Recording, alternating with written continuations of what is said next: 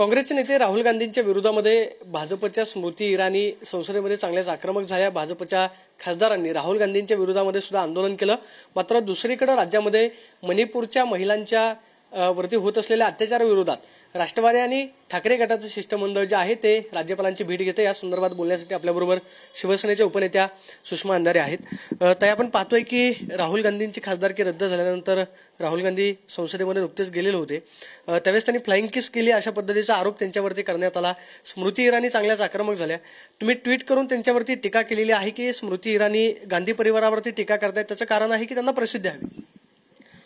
मुळात स्मृती इराणी या उत्तम अभिनेत्री आहेत, अभिनेत्री असण्याला हरकत नाही, पण राजकारणामध्ये किंबहुना संसदेमध्ये आपल्या खात्याशी संबंधित विषयावरती म्हणणं मांडून आपण आपलं उठावदार कामगिरी करायची असते, ना की तिकडे तुमच्या अभिनय क्षेत्रातली कामगिरी दाखवून वारंवार आम्हाला फ्लाइंग किस दिला, हे झालं ते झालं। आक्रस्ताळेपणा हा भाजपमधला एक स्थायी भाव आहे आणि त्याच आक्रस्ताळेपणाने त्या काम करत आहेत।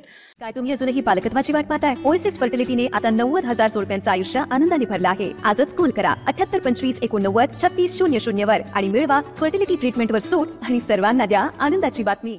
मुळात खूप दिवसानंतर एखादा माणूस एखाद्या वास्तूमध्ये आला तर त्याला ती आपुलकी वाटणं स्वाभाविक आहे, परंतु त्याचा अर्थ जेव्हा स्मृती इराणी इतका गलिच्छ, घाणेरडा आणि विकृत काढतात तेव्हा खरं तर स्मृती इराणी यांच्याच बुद्धीची आम्हाला कीव करावीशी वाटते की काय गलिच्छपणा आहे, काय घाणेरडेपणा आहे। मुळात त्यांना जर त्या फ्लाइंग किसचा मुळात तशी काही कृती घडलीच नाही, पण तरीही ज्या पद्धतीने त्या आक्रमक होत आहेत तशा आक्रमक जर त्या मणिपूरच्या वेळेला झाल्या असत्या तर कदाचित काल पार्लमेंटमध्ये एवढ्या सगळ्या विरोधकांनी जाब विचारलाच नसतं आणि धारेवर धरलंच नसतं। मणिपूरच्या बाबत तुम्ही अगदी 70-80 दिवस होईपर्यंत मूग गिळून गप्प बसता आणि जेव्हा अविश्वास ठरावापर्यंतची वेळ येते तेव्हा मात्र तुम्हाला ही सगळी उपरती होते। हे फार वाईट आहे, हे चमत्कारिक आहे। केंद्र सरकार मणिपूरचा विषय सोडवण्यामध्ये अपयशी ठरले, कारण राष्ट्रवादीचे शिष्टमंडळ जे आहे तेच काल नुकतंच मणिपूरला जाऊन आलेलं आहे। दुसरीकडे सातत्यानं उद्धव ठाकरे भाषणांमधून सुद्धा उल्लेख करत होते की मणिपूर जळत असताना पंतप्रधान अमित शहा मात्र देशभर हिंडतायत, मणिपूरचा प्रश्न सोडवायला त्यांना वेळ नाहीये। केंद्र सरकार अपयशी ठरले किंवा त्याच मुद्द्यांवरती विरोधक घेरू शकतात याची भीती केंद्र सरकारला आहे। मणिपूरच्या विषयावर केंद्र सरकार सपशेल अपयशी ठरलेलं आहे। काल स्मृती इराणी बोलत असताना सांगत होत्या कि मणिपुर हमारे देश का हिस्सा है। क्या 75 दिनों के बाद आपको इस बात का ज्ञान हुआ कि मणिपुर आपके देश का हिस्सा है? तो आपके देश की बहु बेटियों को अगर कोई नंगा घुमा रहा है तो उसके बारे में क्या आपकी कोई कतई जिम्मेदारी नहीं बनती कि आप एक सवाल तो कम से कम पूछें? क्या करता है आपका होम डिपार्टमेंट? जर तुम्हाला कुठल्याच राज्यातले दंगे थांबवता येत नसतील, विशेषतः जातीय आणि धार्मिक दंगे जिथे घडतात तिथे भाजपा जाणीवपूर्वक रॉकेल ओतायचेच प्रयत्न करते। म्हणजे राहुल गांधींनी जो काही वक्तव्य केलं की तुम्ही केरोसिन ओतताय प्रत्येक ठिकाणी, तर हे खरंच आहे। कारण अगदी महाराष्ट्रात सुद्धा काल परवाचा अहमदनगरचं जे काही प्रकरण घडलं त्यामध्ये सुद्धा गरज नसताना राणेंच्या पोरांनी तिकडे जाऊन त्याच्यामध्ये आग भडकवण्याचा प्रयत्न करणं असेल किंवा नवनीत राणांनी पुन्हा एकदा हनुमान चालिसाचा विषय काढणं असेल, हे सगळं जे आहे हे ठरवून मणिपूरच्या विषयाला बगल देण्यासाठी आणि आपलं अपयश झाकण्यासाठी म्हणून हे प्रयत्न चाललेले आहेत आणि राणांचा सुद्धा तोच केविल। खासदार श्रीकांत शिंदेने सुद्धा हनुमान चालिसा थेट लोकसभेमध्ये वाचून दाखवली। ते असं म्हणतात की हनुमान चालिसा मला पूर्ण पाठ आहे। हनुमान चालिसा पाठ आहे हे काही क्वालिफिकेशन असतं? खासदाराचं हनुमान चालिसा पाठ असणं हे क्वालिफिकेशन कधीपासून व्हायला लागलं बरं? तुम्हाला हनुमान चालिसा पाठ आहे चांगली गोष्ट आहे, मलाही येते। मला तर काय, तुम्ही हनुमान चालिसा विचारा, कुराण विचारा, भगवद्गीता विचारा, नाही तर मला तुम्ही त्रिपिटक विचारा, अभिधम्म पिटक विचारा, सुत्त पिटक विचारा, मीही सांगू शकते तुम्हाला। परंतु हे क्वालिफिकेशन नाहीये। धर्म नावाची गोष्ट ही तुमच्या चौकटीच्या आत असली पाहिजे। भारतीय राज्यघटनेने तुम्हाला निश्चितपणे तुमच्या धार्मिक व्रत विधी उपासनांचा अधिकार दिलेला आहे, पण तो कुठे? तो तुमच्या चौकटीच्या आत। जेव्हा नवनीत राणा असं म्हणतात की मी हनुमान चालीसा म्हणायला गेले और मुझे अरेस्ट करवाया गया, अरे भाई अगर आप आपके घर में हनुमान चालीसा बोलती है तो कोई दिक्कत की बात नहीं है। लेकिन अगर आप किसी के घर में घुसकर जबरन विदाउट हिज परमिशन तुम्ही त्यांच्या परवानगीशिवाय जर घुसत असाल तर निश्चितपणे त्यावर आक्षेप घेतले जातील. राहिला प्रश्न श्रीकांत शिंदेंचा हनुमान चालीसा म्हणण्याचा, काय फरक पडेल? श्रीकांत शिंदेंनी हनुमान चालीसा पाठ केली म्हणून काय इर्शाळगडची घटना थांबेल? श्रीकांत शिंदेंना हनुमान चालीसा पाठ आहे म्हणून काय स्त्री सदस्यांचा गेलेला जीव परत येईल? श्रीकांत शिंदेंना हनुमान चालीसा पाठ आहे म्हणून काय समृद्धी महामार्गावर गेलेले 27 जीव पुन्हा जिवंत होतील? श्रीकांत शिंदेंना हनुमान चालीसा पाठ आहे म्हणून काय तिकडची रेल्वे दुर्घटना ती दुरुस्त होऊन जाईल? अरे एखादी गोष्ट ही तुमच्या मानसिक समाधानासाठी, आत्मिक शांततेसाठी असते, त्याचं तुम्ही अशा पद्धतीने प्रोपोगेशनसाठी कसा काय वापर करू शकता? मुळात श्रीकांत शिंदे असतील, या नवनीत राणा असतील किंवा स्मृती इराणी असतील, हे सगळेच लोक यांना आक्रस्ताळेपणाची सवय लागली आहे. फ्लाइंग किसचा विषय करून जाणीवपूर्वक मणिपूरवरून लक्ष वळवण्याचा जे लोक प्रयत्न करतात त्यांना या गोष्टीचा विसर पडतो का? स्मृती इराणींना विसर पडतोय का की त्यांच्यासोबत त्यांच्या मांडीला मांडी लावून बसलेले महाराष्ट्रातले शिंदे गटाचे खासदार असतील किंवा आमदार असतील महिलांबद्दल काय पद्धतीची विधानं करतात तेव्हा कुठे मुख गिळून बसलेले असतात? प्रियंका चतुर्वेदी बद्दल अत्यंत गलिच्छ पद्धतीचं विधान ज्या वेळेला होतं किंवा इथल्या अनेक महिलांच्या बद्दल जेव्हा गलिच्छ पद्धतीने बोललं जातं, खासदार सुप्रिया सुळेंबद्दल गलिच्छ पद्धतीने बोललं जातं, त्यावेळेला स्मृती इराणी अशाच आक्रमक झाल्या होत्या का? स्मृती इराणी या सोयीस्कर वादाच्या उपभोक्त्या आहेत. त्यांना त्यांच्या सोयीनुसार ती थेरी आठवते की त्यांचं ज्या वेळेला सरकार नव्हतं त्यावेळेला त्यांना रुपया कसा गिरत होता किंवा सिलेंडरचे भाव कसे वाढत होते हे त्यावेळेला दिसत होतं. आता मात्र त्यांना याच्यातलं काहीही दिसत नाही, बदमाशपणा आहे. अमित शहानी जे संसदेमध्ये लोकसभेमध्ये भाषण केलं त्यावरती मुख्यमंत्र्यांनी ट्विट करून प्रतिक्रिया दिलेली आहे की अमित शहाचं त्यांनी तोंड भरून कौतुक केलंय आणि विरोधक जी आघाडी तयार करतायत त्याला यश मिळणार नाही अशा पद्धतीचं त्यांचं म्हणणं आहे. मांजराला उंदराची साक्ष आहे, याच्या पलीकडे काही नाही. कारण अमित शहांनी काहीतरी बोलायचं आणि यांनी तोंड देखलं कौतुक करायचं, हे तेच आहेत ना. हे मुख्यमंत्री महोदय की दुसरी व्यक्ती आहे, हे तीच व्यक्ती आहे जी भाजपला राजीनामा देताना महोदय मी यांच्या मांडीला मांडी लावून बसून राजकारण करू शकत नाही आणि सरकारमध्ये बसू शकत नाही असं म्हणत राजीनामा देणारे हे तेच आहेत ज्यांना आज ह्या सगळ्या गोष्टी आठवत आहेत. मुळात अमित शहा ज्या पद्धतीने एकूण राजकारण करतात या राजकारणामध्ये महाराष्ट्रातले एक एक उद्योग पळवत असताना अगदी आमचे सन्मान्य उपमुख्यमंत्री आदरणीय अजित पवार साहेब हे सुद्धा म्हणत होते की एक एक उद्योग तिकडे पळवला जातो, यांना लाज वाटत नाही का? आणि काल ते असं सांगत होते की आम्ही त्यांचं तोंड भरून कौतुक करतो कारण त्यांचं महाराष्ट्रावर जास्त प्रेम आहे. हे लोक कोणते खरे? हे लोक आधीचे खरे की हे लोक आत्ताचे खरे? मला वाटतं सत्ता मिळाली की सगळेच आपापली रूपं पालटायला लागतात. अजित पवारांच्या बाबतीमध्ये नेमकं काय? अजित पवार असं म्हणतात की 2024ला मोदींचा डंका पाहायला मिळेल, एक हाती सत्ता त्यांना मिळेल, देशाचा विकास होतोय, राज्याचा विकास होतोय म्हणून मी त्यांच्याकडे गेलोय. या सगळ्या नेत्यांवरती ईडीच्या चौकशा सुरू आहेत, त्याची यादीच पवारांनी पहिल्याच पत्रकार परिषदेमध्ये वाचून दाखवलेली होती. हे सगळे ईडीला घाबरून पळून गेलेले नेते आहेत असं वाटतं?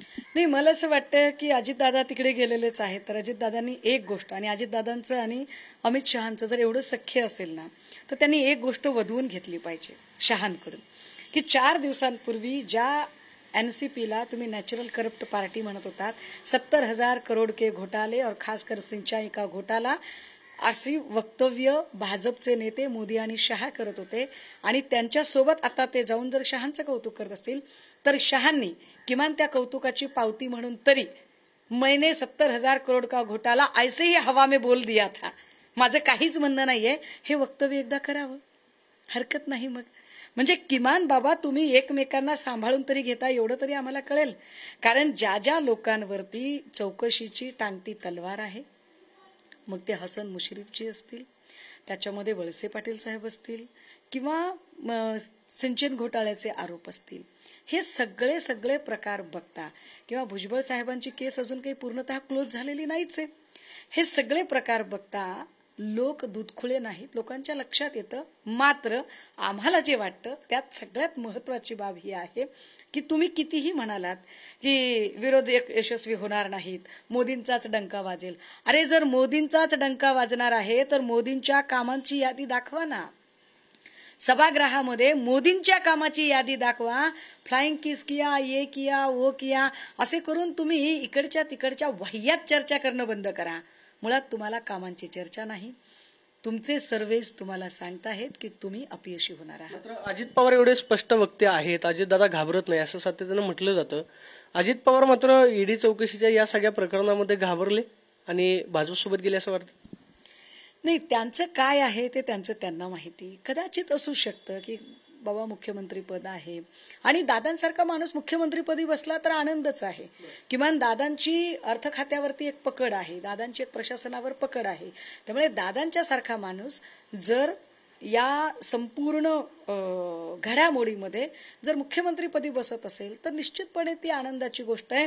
किमान शिंदे साहेबांना म्हणजे जे 250 रुपये अशी भाषा सांगतात किंवा ज्यांना आरोग्य खात्याची किमान माहिती नाहीये किंवा जे द्रौपदी मुर्मू या राष्ट्रपती आहेत की पंतप्रधान आहेत. राणेंनी जो अविश्वास शब्दाचा उल्लेख लोकसभेमध्ये केलेला होता त्याच्यावरती सुद्धा बरेच ट्रोलिंग झालं की त्यांना अविश्वास हा शब्द म्हणता आला. ह्याच्यातले बऱ्याच गमती जमती आहेत. पण मला असं वाटतं की मी हे समजू शकते, चला माणूस आहे त्यामुळे फंबल होऊ शकतो, त्यामुळे मी त्या तेवढ्या बारीक सारीक गोष्टींमध्ये नाही पडणार.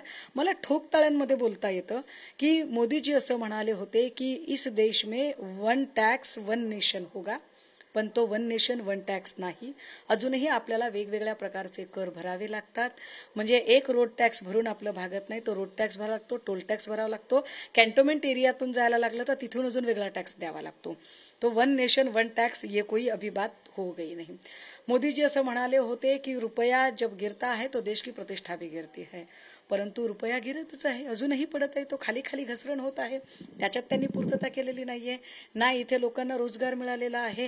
त्यामुळे हे ज्या मोठ्या बाबी आहेत, ज्या गोष्टी घेऊन निवडणुकींचा जाहीरनामा तयार झाला होता, त्या जाहीरनाम्यावरती भाजपने बोलणं आम्हाला जास्त अपेक्षित आहे.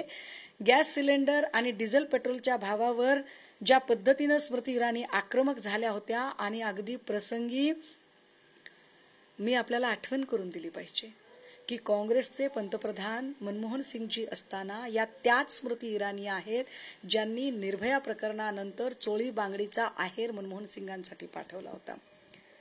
त्या स्मृती इराणी हिम्मत असेल आणि खरंच महिलांच्या प्रश्नांची त्यांना जाणीव असेल तर अशीच कृती त्या आत्ता त्यांच्या पक्षाच्या पंतप्रधानांच्या सोबत करतील का?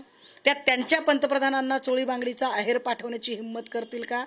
कारण निर्भयापेक्षाही अत्यंत गलिच्छ कृती, अत्यंत वाईट कृती ही सरेआम दिवसाढवळ्या घडलेली आहे. यावर स्मृती इराणींचं काय म्हणणं आहे? शेवटचा प्रश्न. राज्यामध्ये शिवसेनेमध्ये अनेक पदाधिकारी शिवसेनेमध्ये प्रवेश करतात एकनाथ शिंदेच्या नेतृत्वाखाली. मात्र मालाड असेल किंवा मुंबईतल्या अनेक भागातल्या पदाधिकाऱ्यांचं असं म्हणणं आहे की जे युवा सेनेचं काम करतात सिद्धेश कदम यांच्या कार्यपद्धतीला आम्ही कंटाळू आणि आम्ही त्यांना त्यामुळे सामूहिक राजीनामा देतोय. दुसऱ्या बाजूला शिवसेनेचे जे जळगावचे आमदार आहेत त्यांना एका पत्रकारांनी प्रश्न विचारला म्हणून त्या पत्रकाराला काल मारहाण झाली. अशा पद्धतीची जे राजकारण सुरू आहे त्यावरती नेमकं तुम्हाला काय सांगायचं किंवा मुख्यमंत्र्यांना काय सांगायचं आहे की पदाधिकाऱ्यांना आवरा किंवा पदाधिकाऱ्यांना त्यांना काय सल्ला द्यायचा? संजय गायकवाड, संजय सिरसाट, संतोष बांगर, किशोर पाटील, सत्तार या सगळ्या लोकांचं एकच क्वालिफिकेशन आहे, कमालीचा उर्मटपणा दाखवणे, गुरमीत बोलणे. सत्तेची ती गरमी असू शकते परंतु अजूनही सन्माननीय मुख्यमंत्र्यांना यामध्ये अजिबात गैर वाटत नाहीये की काय पद्धतीने आपण केलेल्या गुन्ह्याचं कबुली जबाब देतात. म्हणजे गीता जैनने मारहाण केली तर हो मी मारहाण केली असं ठामपणे त्या सांगतात. संतोष बांगर शिव्या देऊन मारहाण करून हो मी मारहाण केली, मी शिव्या दिल्या. संजय गायकवाडांची ही तीच पद्धत. याचा अर्थ गुन्हेगारीचं समर्थन करणे हा एक नवा ट्रेंड की आम्ही कायदा मोडण्यासाठीच सत्तेत आलेलो आहोत हे सांगण्याचा नवा ट्रेंड शिंदे गटाच्या आमदारांकडून होत आहे. यामुळे त्यांची किती नकारात्मकता वाढते हे जर मुख्यमंत्री शिंदे साहेबांच्या लक्षात ज्या दिवशी येईल तो सुदीन म्हटला पाहिजे.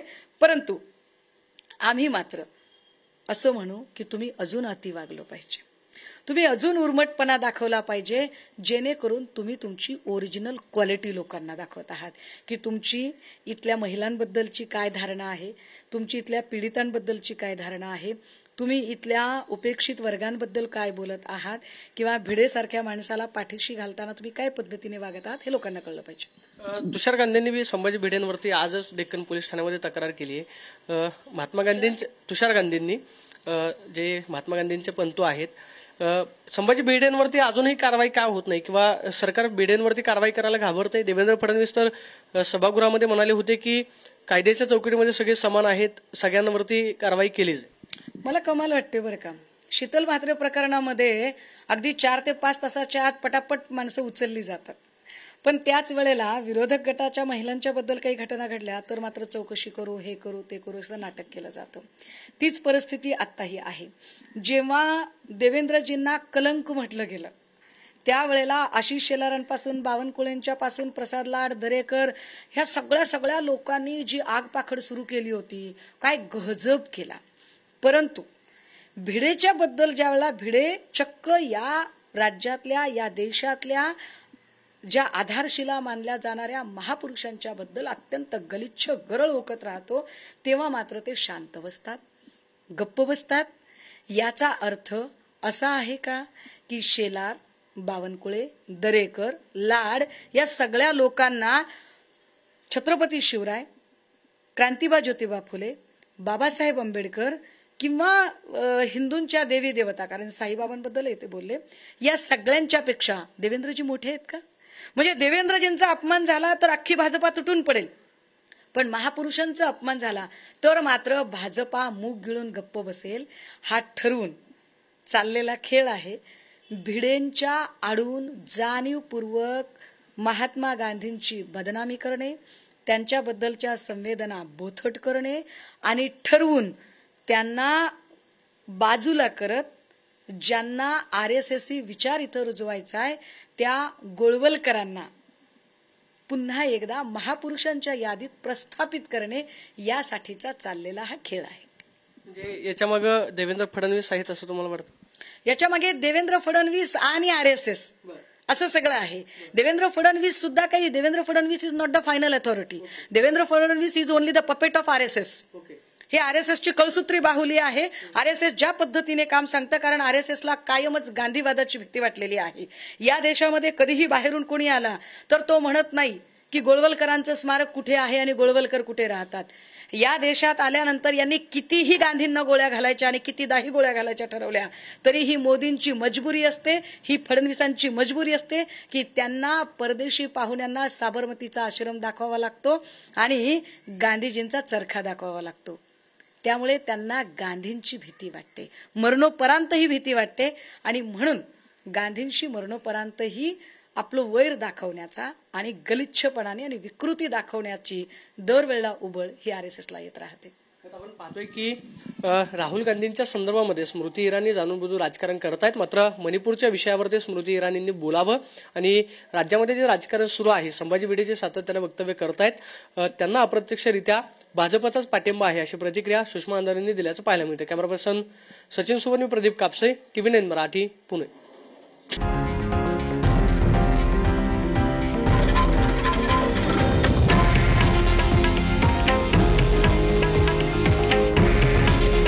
हे आहे देशातील नंबर 1 न्यूज नेटवर्क आणि आपण पाहत आहात TV9 मराठी. काळजी तुमची, हित महाराष्ट्राचं.